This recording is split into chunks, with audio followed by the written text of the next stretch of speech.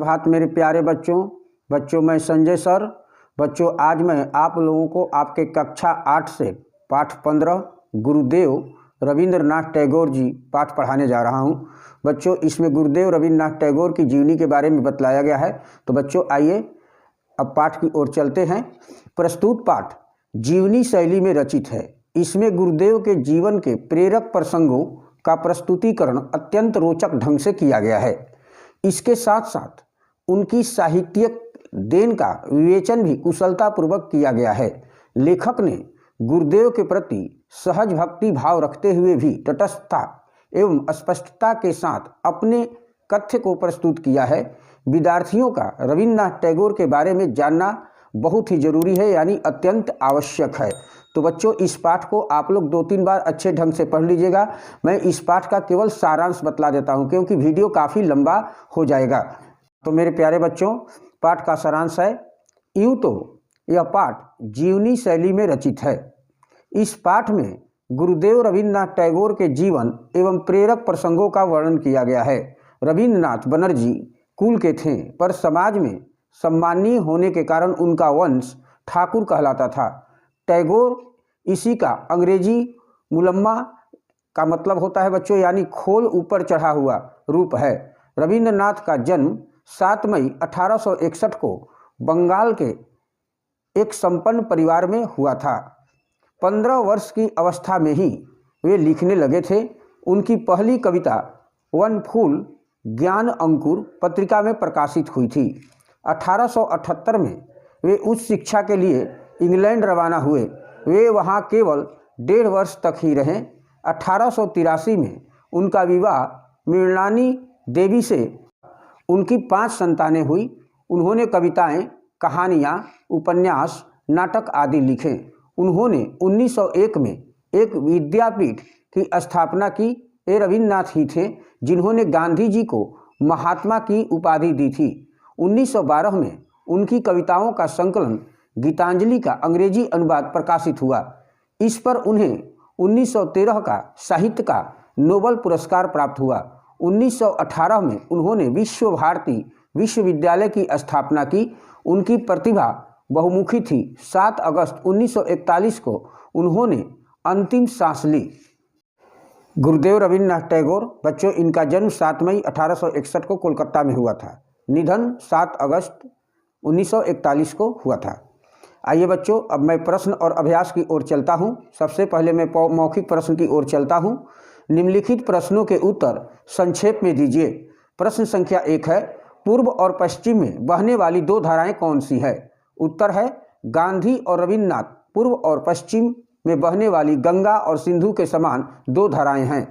प्रश्न संख्या 2 है, रविन्द्रनाथ का जन्म कब और कहाँ हुआ था? उत्तर है रविन्द्रनाथ का जन्म 7 मई 1861 को बंगाल के एक संपन्न परिवार में हुआ था। 3 है, बाल्यकाल में रविन्द्रनाथ के साथ क्या दुर्घटना घटी? उत्तर है बाल्यकाल में उनकी माता का स्वर्गवास हो गया था।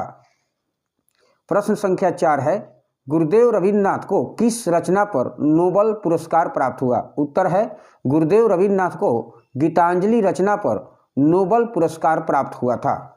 प्रश्न संख्या 5 है, रविन्द्रनाथ के पिता और पितामह किस संस्था से जुड़े हुए थे? उत्तर है रविन्द्रनाथ के पिता और पितामह ब्रह्म समाज से जुड़े हुए थे। आइए बच्चों लिखित प्रश्न की ओर चलते हैं, यानी दीर्घ प्रश्न की ओर। निम्नलिखित प्रश्नों के उत्तर लिखिए। प्रश्न संख्या 1 है, रोमियो रोला ने गांधी जी और रविन्द्रनाथ टैगोर के बारे में क्या कहा था?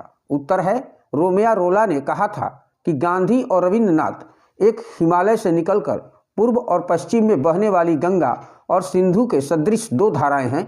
रविन्द्र और गांधी संसार को आर्य संस्कृति की 2 महान देन हैं। एक से उनके हृदय की सुकुमारता और दूसरे से उनके हृदय की तेजस्विता चमक रही है। संख्या 2 है, रविन्द्रनाथ की शिक्षा दीक्षा और बचपन के बारे में बताइए। उत्तर है रविन्द्रनाथ 1878 में इंग्लैंड चले गए। वहां उन्होंने ब्राइटन के एक पब्लिक स्कूल में दाखिला लिया और इसके पश्चात लंदन विश्वविद्यालय में प्रवेश लिया। वे इंग्लैंड में केवल 1.5 वर्ष तक रहे। उनकी प्रारंभिक शिक्षा दीक्षा घर पर ही हुई। उन्होंने सभी विषयों का अच्छा ज्ञान प्राप्त कर लिया। वे बचपन से ही प्रतिभाशाली थे। प्रश्न संख्या 3 है, प्रकाश मिलने के बारे में रविन्द्रनाथ के अनुभवों को अपने शब्दों में लिखिए। उत्तर है, एक दिन जब सूर्य देवता वृक्षों से झांक रहे थे, तब बालक रविन्द्रनाथ उसका स्वागत करने के लिए अपने मकान के छज्जे पर दौड़ कर गया। उस समय उन्हें एक दिव्य प्रकाश मिला। तब प्रकृति की प्रत्येक वस्तु एक ही प्रतीत हो रही थी। सारा विश्व एक ही दिखाई देता था। इस अपूर्व दृश्य का वर्णन मानवीय शक्ति के परे है। प्रश्न संख्या 4 है, रविन्द्रनाथ की काव्य यात्रा कब और कहाँ से शुरू हुई? उत्तर है, यूँ तो रविन्द्रनाथ की काव्य यात्रा वनफूल रचना से प्रारंभ हुई। उस समय वे केवल 15 वर्ष के थे। रविन्द्रनाथ काफ़ी कुछ लिखते थे। वैसे वे 11 फरवरी 1875 को 14 वर्ष की उम्र में हिंदू मेला में अपनी लिखी कविता पढ़ चुके थे। प्रश्न संख्या 5 है, लंदन विश्वविद्यालय में रविन्द्रनाथ को क्या अनुभव हुआ? उत्तर है, वहाँ वे विद्यार्थियों को अपनी पसंद के विषयों पर लेख लिखने को कहते थे। उन्होंने स्वयं भारत में ब्रिटिश अधिकारियों के अशोभनीय एवं अनुचित व्यवहार पर लेख लिखा था। वहाँ के एक अध्यापक हेनरी मार्ले उनके लेख से बड़े प्रभावित हुए थे। प्रश्न संख्या 6 है, रविन्द्रनाथ टैगोर में राष्ट्रीयता की भावना कूट कूट कर भरी थी।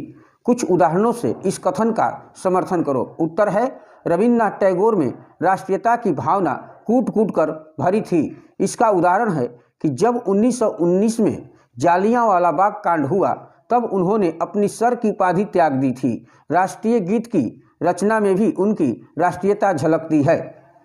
संख्या 7 है, शांति निकेतन की स्थापना कैसे हुई? उत्तर है, 22 दिसंबर 1901 को उन्होंने थोड़े से विद्यार्थियों को लेकर एक विद्यापीठ की स्थापना की। शांति निकेतन नाम का भवन वहां पहले से ही था। रविन्द्रनाथ ने उस भवन के आसपास की 7 एकड़ जमीन खरीद ली। उन्होंने अपनी निजी संपत्ति तथा पत्नी के गहने बेचकर रुपयों का प्रबंध किया। इस प्रकार शांति निकेतन की स्थापना हुई। प्रश्न संख्या 8 है, विश्व भारती विश्वविद्यालय के उद्देश्यों के बारे में रविन्द्रनाथ ने क्या कहा? उत्तर है, उन्होंने कहा, विश्व भारती का उद्देश्य सत्य की खोज कर उसे प्रकाश में लाना है। सत्य केवल एक है। संख्या 9 है, रविन्द्रनाथ टैगोर द्वारा रचित 2 रचनाओं के नाम लिखिए। नाटक, उपन्यास, कहानियाँ। उत्तर है, उनके स्मरणीय नाटक है विसर्जन, जो 1890 में प्रकाशित हुआ था, और डाकघर 1912 में। ख है, उनके प्रसिद्ध उपन्यास गोरा, जो कि 1910 में प्रकाशित हुआ था, और घरे बायरे, जो 1916 में प्रकाशित हुई थी। ग है, उनके प्रिय कहानियों में काबलीवाला 1892 में और नष्टनीर 1901 में। प्रश्न संख्या 10 है, रविन्द्रनाथ टैगोर की प्रतिभा बहुमुखी थी, स्पष्ट करो। उत्तर है, यूँ तो रविन्द्रनाथ की प्रतिभा एक क्षेत्र में नहीं थी, बल्कि बहुमुखी यानी अनेक रूपों में थी। उनकी लेखनी में जादू था। वे उच्च कोटि के साहित्यकार थे। वे कुशल चित्रकार थे। विदेशों में उनके बनाए चित्रों की प्रदर्शनी लगी। वे एक शिक्षाविद थे।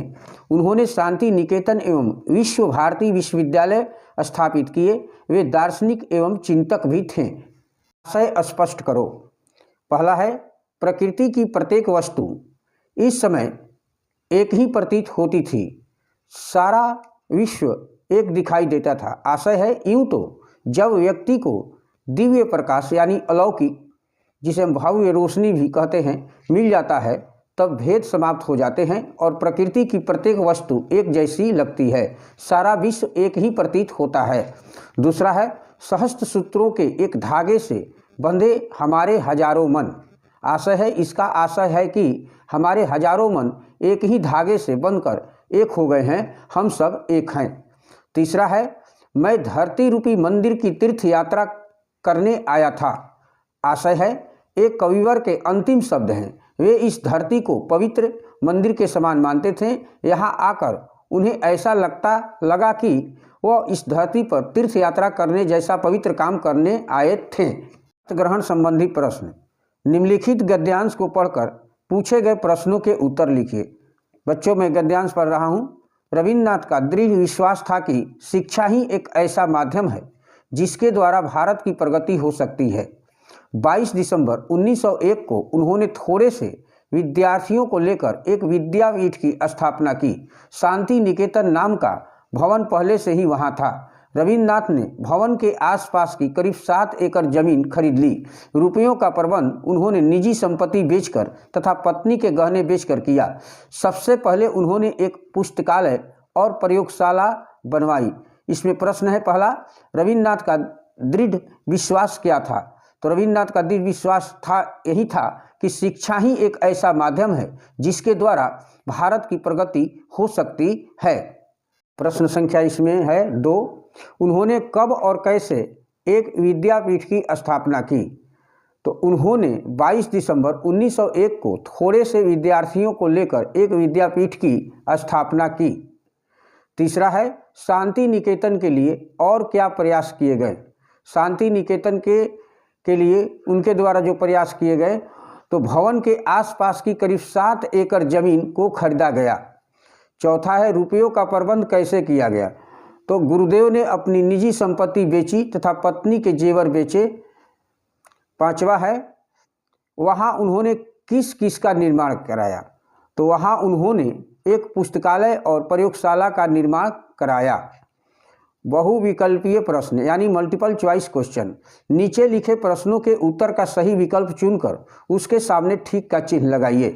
पहला है, रविन्द्रनाथ के पिता का नाम था क द्वारकानाथ, ख देवेंद्रनाथ, ग गोरखनाथ, घ यतीन्द्रनाथ। तो बच्चों रविन्द्रनाथ के पिता का नाम क्या था?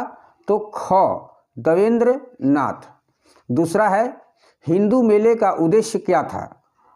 क भारतीयता की चेतना उत्पन्न करना, ख हिंदू बनना, ग कविता पाठ का अवसर देना, घ सैर सपाटा करना। तो हिंदू मेले का उद्देश्य क्या था?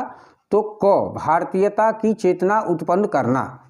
तीसरा है, लंदन विश्वविद्यालय में रविन्द्रनाथ टैगोर के अध्यापक का नाम था क हेनरी मार्ले, ख एंड्रयूज, ग लंबरवर्ग, घ ओ हेनरी। तो लंदन विश्वविद्यालय में रविन्द्रनाथ टैगोर के अध्यापक का नाम था हेनरी मार्ले यानी क। चौथा है, गुरुदेव रविन्द्रनाथ की मृत्यु कितनी आयु में हुई थी? क है 75 वर्ष की, ख 80 वर्ष की, ग 73 वर्ष की, घ 81 वर्ष की। तो गुरुदेव रविन्द्रनाथ की मृत्यु कितनी आयु में हुई थी? तो 80 वर्ष की उम्र में। पांचवा है, रविन्द्रनाथ ने सर की उपाधि क्यों लौटा दी थी? क जालियांवाला बाग हत्याकांड के विरोध में, ख यह उपाधि उन्हें जमी नहीं थी, ग यह गुलामी का एहसास कराती थी, घ यह उपाधि मजाक का कारण बन गई थी। तो रविन्द्रनाथ ने सर की उपाधि क्यों लौटा दी थी बच्चों? तो क जालियांवाला बाग हत्याकांड के विरोध में। रिक्त स्थानों की पूर्ति करो। कविवर रविन्द्रनाथ डैश कुल के थे? तो कविवर रविन्द्रनाथ बनर्जी कुल के थे।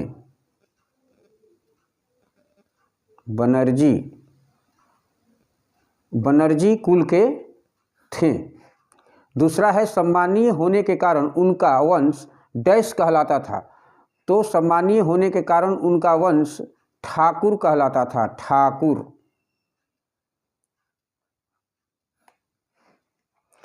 तीसरा है, रविन्द्रनाथ बचपन से ही डैश थे? तो रविन्द्रनाथ बचपन से ही प्रतिभाशाली थे,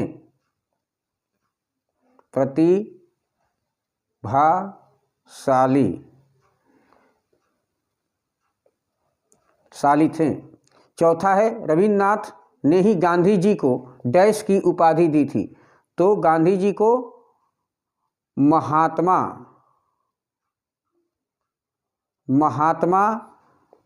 महात्मा की उपाधि दी थी। पांचवा है, इंग्लैंड में कुछ महीनों के लिए रविन्द्रनाथ ने डैश स्कूल में दाखिला लिया? तो ब्राइटन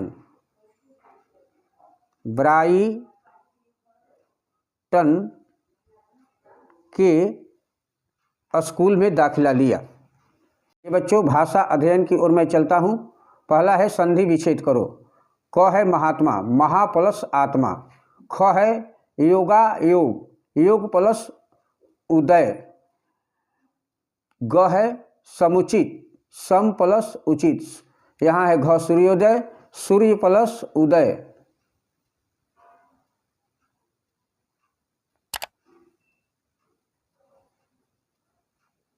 उदय। दूसरा है निम्नलिखित शब्दों में से उपसर्ग प्रत्यय अलग अलग करके लिखिए। बच्चों यहाँ शब्द है, यहाँ उपसर्ग है और यहाँ प्रत्यय है। जो उपसर्ग होगा वहाँ उपसर्ग का लिखना है और जहाँ प्रत्यय होगा वहाँ प्रत्यय लिखना है। क है सम्मानीय। सम्मानीय में कोई उपसर्ग नहीं है, इसमें ईय प्रत्यय लगा हुआ है तो हम यहाँ ईय लिख देंगे। उसी तरह ख है मनुष्यत्व, इसमें कोई उपसर्ग नहीं है, इसमें त्व प्रत्यय लगा हुआ है। ग है प्रसिद्ध, इसमें प्र उपसर्ग है, यहाँ हम प्र उपसर्ग के ऑप्शन में लिख देंगे, प्रत्यय है ही नहीं।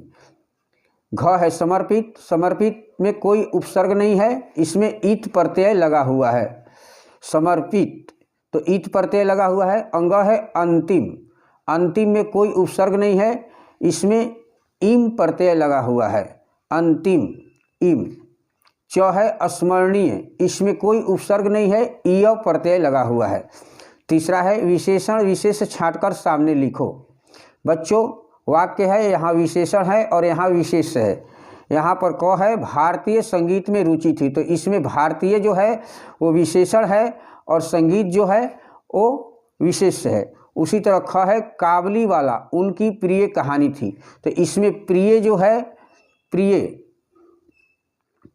विशेषण है और कहानी विशेष्य है, कहानी। ग है विजयी नायक आ रहा है, तो इसमें विजयी और नायक, विजयी जो है वो विशेषण है, विजयी विजयी और नायक विशेष्य है, नायक। घ है 1000 गीतों की रचना कर चुके थे, तो इसमें 1000 जो है बच्चों ये विशेषण है, 1000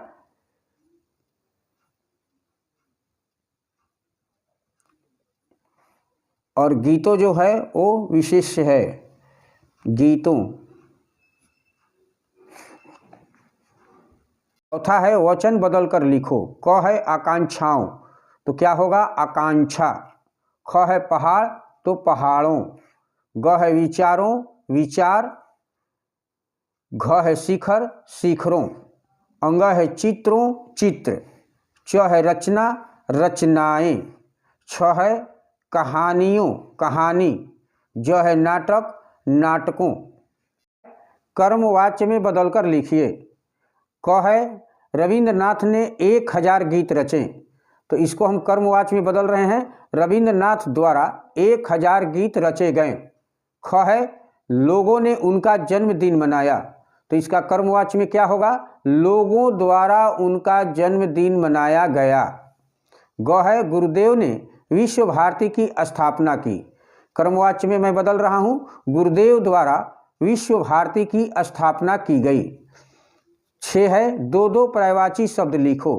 क है सूर्य, तो सूर्य का होगा रवि और भास्कर। ख है धरा, धरती, भूमि।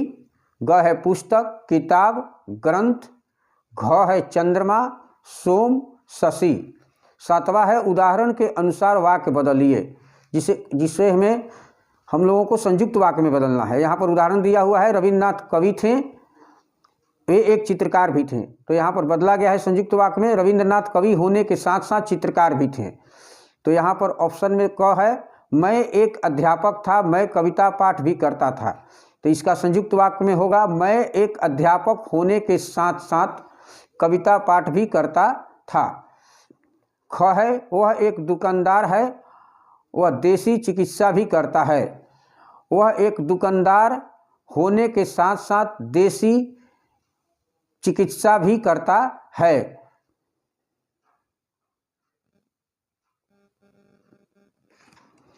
आठ है क्रियापदों के नीचे रेखा खींचो। क है रविंद्रनाथ बनर्जी कुल के थे, तो इसमें कौन सी क्रियापद है, तो थे।